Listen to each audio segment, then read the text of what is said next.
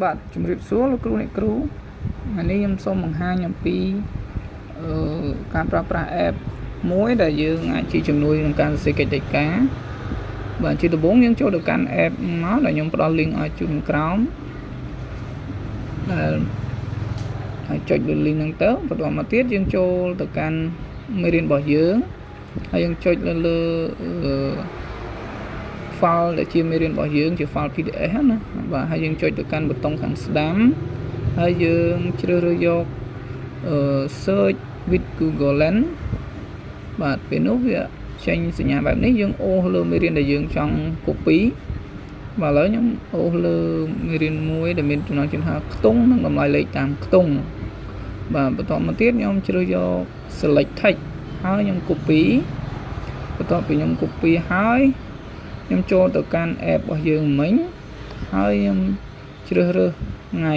ណាយើងធ្វើថ្ងៃហ្នឹងដាក់ថ្ងៃហ្នឹងមកបាទហើយមុខវិជ្ជាគេមិញគណិតវិទ្យាបាទជាស្រ័យការសរសេររបស់ខ្ញុំដូចជាមានខុសខ្លះដែរអញ្ចឹងណាខ្ញុំសូមរៀងយឺតតិចអរគុណមេរៀនទី1តមកទៀតមេរៀនយើងមានចំណងជើងថាម៉េចឥឡូវយើងយកមកមើលតិចមើលមេរៀនយើងមានចំណងជើងថាខ្ទង់និងតម្លៃលេខតាមខ្ទង់អញ្ចឹងយើងសរសេរមេរៀនរបស់យើងដាក់ត្រង់ចំណងជើងមេរៀនយើងសរសេរមកចាប់ចំណងជើងហ្នឹងមកបាទហើយយើងទៅចូលលើឈ្មោះយើងដែលជាគ្រូបង្រៀនបាទហើយខ្ញុំដាក់ឈ្មោះខ្ញុំ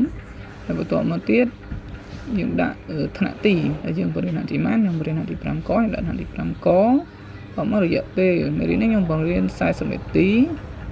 បាទយើងដាក់40នាទីបន្តមកទៀតកន្លែងនេះ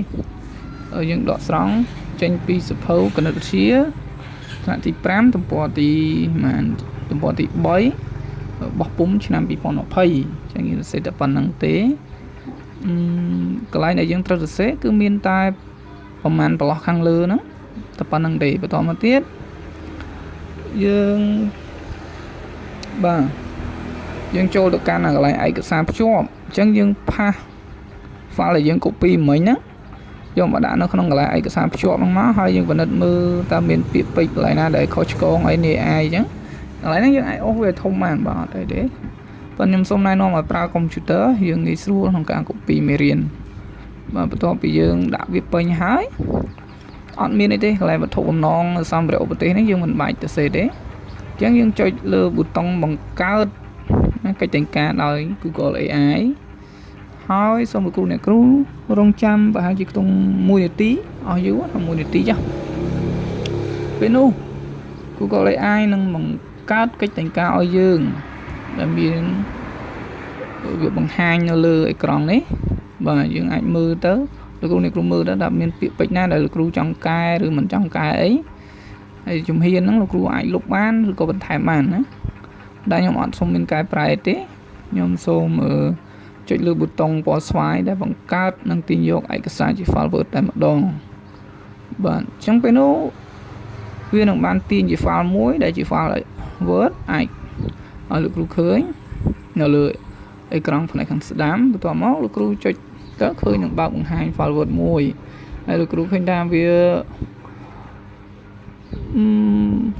ស្អាតគួរសមដែរហើយវាមាន load បន្ទាត់ពណ៌ក្រហមនេះអាហ្នឹងសម្រាប់កុំព្យូទ័រខ្ញុំប៉ុន្តែបើកុំព្យូទ័រលោកគ្រូអ្នកគ្រូអត់អីទេក៏អត់ទៅប៉ុន្តែបើជាប់ដូចខ្ញុំដែរលោកគ្រូចូលទៅកាន់ revenue ហើយជ្រើសយក language តោះមកយើងយកអាខាងលើគេហ្នឹងមកហើយយើងចុចសញ្ញា tick ខាងក្រោមគេបាទប៊ូតុងទី2ហ្នឹងយើងចុច OK មកនោះវានឹងបាត់ហើយលោកគ្រូអ្នកគ្រូអាចសម្រួលឲ្យជាអាចមើលទៅបើវារៀងមើលទៅរៀងសមរម្យហើយលោកគ្រូយកទៅអញ្ចឹងលោកគ្រូអាចទាញតិចទាញកើតអីចឹងទៅឬអានេះយើងទាញវាខិត